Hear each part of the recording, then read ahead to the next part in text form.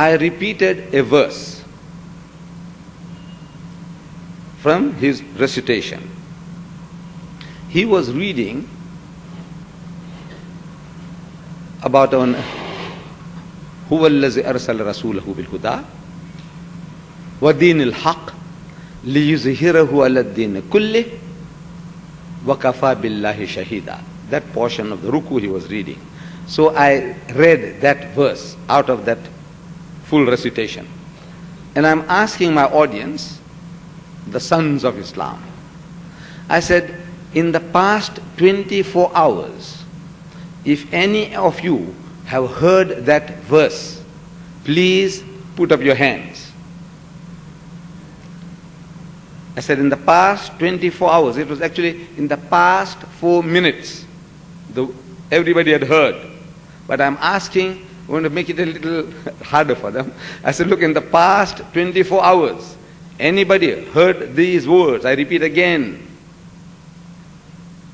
And I repeated the verse again. Wamar Lanka. And so on. And says, please put up your hands. And one hand went up. One hand went up. In a congregation, Jumma congregation, only one hand went up. And I recognized the owner of that hand. That person knew Arabic. Because he knew Arabic, he knew what the Qari was reading. Therefore he caught and he retained, he remembered what was read in the past 24 hours. The rest of them, Muslims, all born Muslims. Young and old.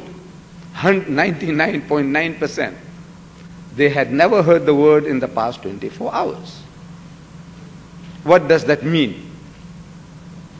It meant that this was just as pure sound, music, recitation. We are listening, we say, MashaAllah, how beautifully the Qari reads. We admire his recitation. And we say, Subhanallah, Subhanallah. We praise the tone, we praise the breath control, how the Qari, for 2 minutes, the Qari Abdul Samad Abdul Basit, when he starts reciting, 2 minutes, his breath doesn't break, carries on and on and on. If you or I were trying to compete with him, our breath would break down half a dozen times before he's finished one breath. So people exclaim, Allahu Akbar, Allahu Akbar, everybody shouts. It makes one to wonder, what is the Allahu Akbar about? Allah is great, about what? The breath control. The breath control. It's not the meaning. What is the man telling you? As a people, as a whole, the Muslim world, the Allah's kalam is like water on duck's back. You know, you put water on duck's back, even in the rainy season, the duck is dry. You know, it has its feathers, the water just flows off. Similarly, Allah's kalam also flows off from our backs, from our fronts, from our minds.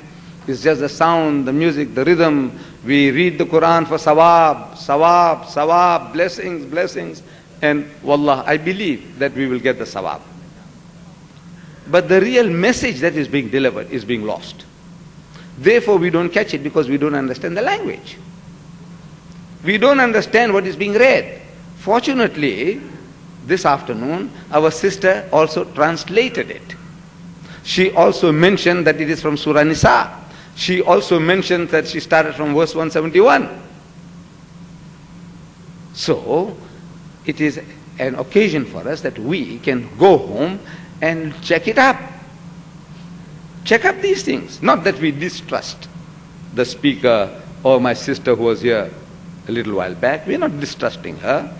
But if we go home and if we can check it up, going over it once more again, she has said something, maybe we caught something, some message of it, and some of it we didn't, because we might not have been familiar with it. But if we go home and check it up in our own good time, then that knowledge becomes a part of us. It becomes a part of our knowledge. And then when we start sharing with others, it really becomes our property. Like this, it's very good, you listen to a talk, mashallah, you know, it was well delivered, you know, well, the man was well spoken, and he was mesmerizing the people. All that kind of things can happen, but it's a short-term entertainment. You're getting entertained. You do get entertained. We all get entertained. See, by our learned people, they come along, entertain us. So it is a very good idea to go home and check up in the Qurans at home. I take it that every Muslim has a Quran at home. But it's very difficult for the non-Arab, we non-Arabs. I don't know how many Arabs are here.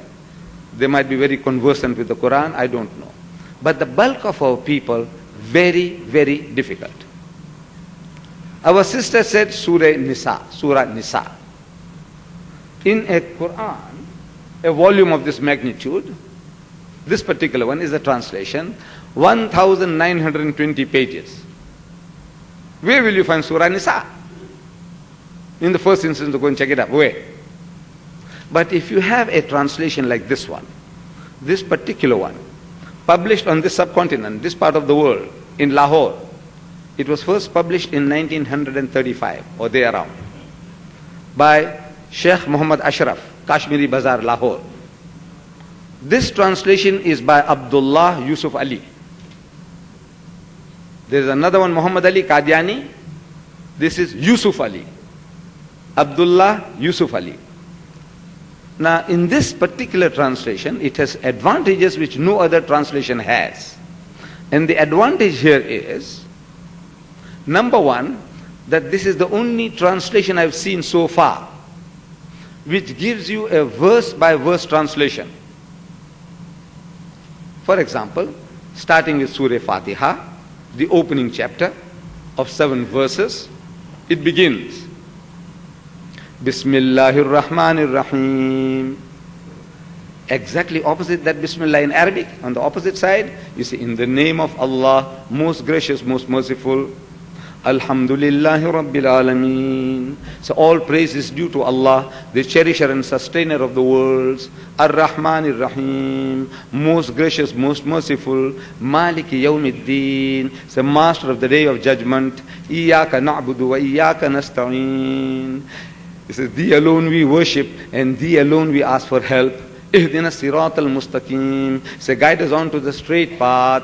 Sirat al-ladhina an'amta alayhim. The path of those on whom Thou hast bestowed Thy favors. Ghayr al-maghdubi alayhim wal-dallin. Not of those who earn Thine anger, nor of those who go astray.